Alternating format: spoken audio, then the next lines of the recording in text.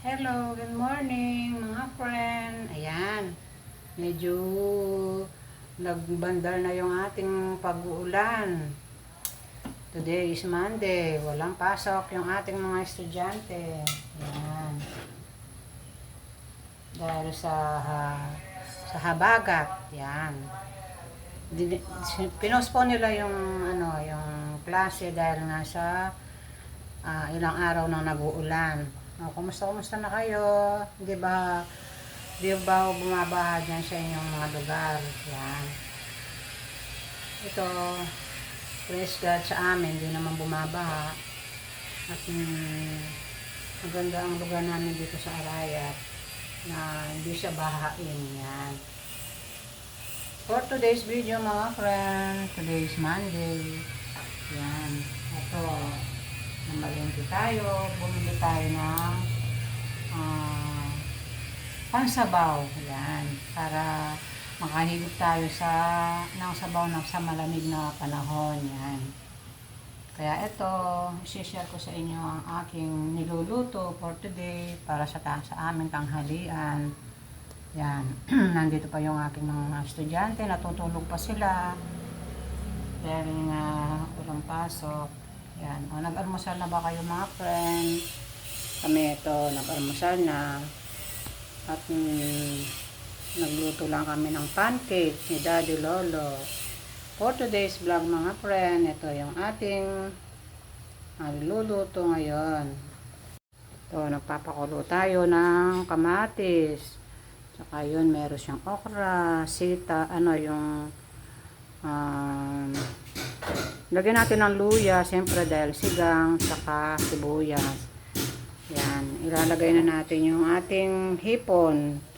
Yan, bumili ako ng 1/4 na hipon mga friend. Ito, malalaki na rin naman sila. Yan. Yan, 400 ang 1 kilo. Pero, konti lang binili ko mga friend para masabawan natin. Yan, ito.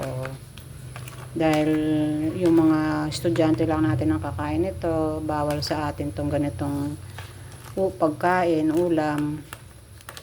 Siyempre, may cholesterol ito para sa mga senior. Yan. Yan, ilalagay na natin yung ating hipon dun sa ating sinisigang. Yan. Ito, ilalagay na natin isa-isa. Malalaki naman siya mga friend. O, yan. Okay.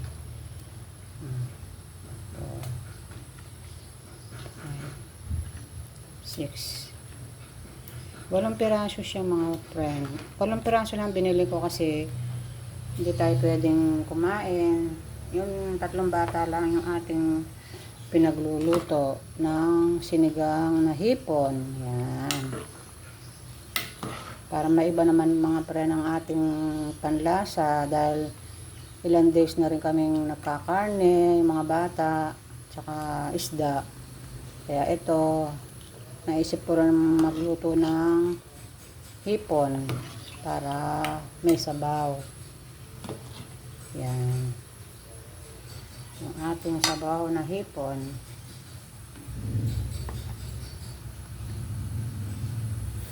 Yan, yung ating hipon. Yan.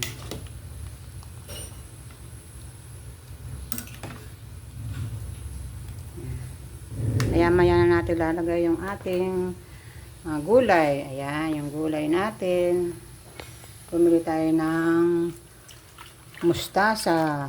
Tapos meron pa siyang, kumuha ko ng talbos ng kamote doon sa aking backyard. Ayan, yan.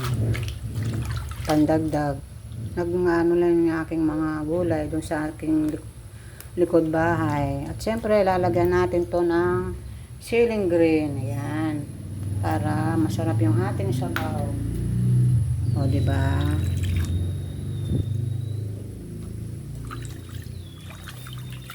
Mamaya na natin lalagay yung ating gulay. Ayan. At dito naman mga friend, dahil nga nasa bahay. At ang ating mga estudyante, ito, gumagawa kami ni Daddy Lolo na pang merienda. Yan, pang merienda natin mamaya. Yan. Yan to, bumili ako ng saging, sabang saging. Yan, tapos tsaka ito yung saging na saba. Ay, ano to, kamote. Ito yung sabang saging.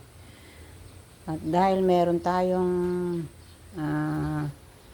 langka, ito, bigay lang sa atin yung kapatid na Daddy Lolo. Ayan, binigyan kami ng langka. Ayan, pinani dun sa kanilang likurang bahay. At syempre, yung ating malagkit, yung glutinous, ito, oh. Ito ang ilalagay natin maya-maya. Tapos ito yung pampalapot natin. At ito yung ating niyog. Yan. Panggata. Yan, yung niyog natin. Yan. Ito ang pamimerienda ko sa aking mga estudyante mamayang hapon. Yan. Siyempre, meron yung sugar. Nandun yung sugar natin.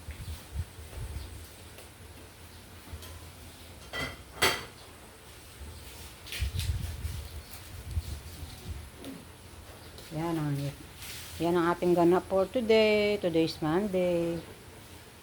Walang pasok yung ating mga estudyante. Yan. Pakakainin natin sila ng ginataang bilo-bilo. Yan, na may langka. Yan. Yan, ito na yung ating sinigang na hipon. Yan.